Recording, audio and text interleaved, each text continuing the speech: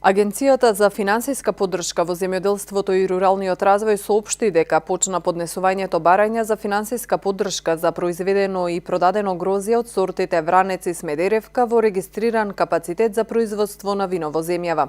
Финансиската поддршка од 1 денар ќе добијат сите земјоделци кои произведеното грозје од сортите Вранец и Смедеревка го пределе на регистриран капацитет на вино во Република Македонија.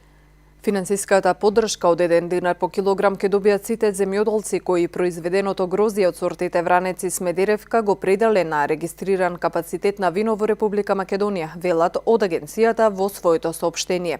Лозарите од југоистокот неодамна изјавија дека не се многу задоволни од откупните цени на грозјето. Оваа година нема добра цена, тоа го знаат сите, нели? Слаба цена.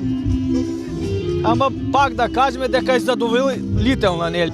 Па види, исплатлива, ако секој човек знае да работи, како да работи, мора да е исплатливо. Ако не знаеш да работиш, не е исплатливо. Болка ги фати, не беше баш најдобро.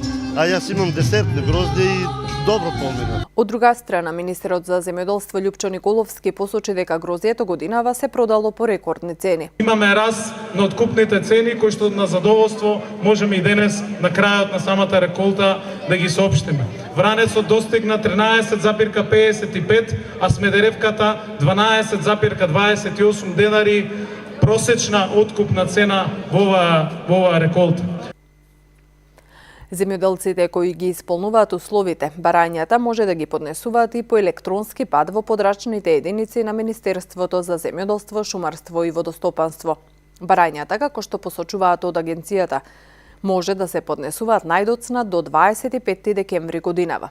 Заедно со барањето, земјоделците треба да достават и потврда за откупено грозје, издадено од страна на регистриран капацитет за производство на вино, се додава во соопштението од агенцијата.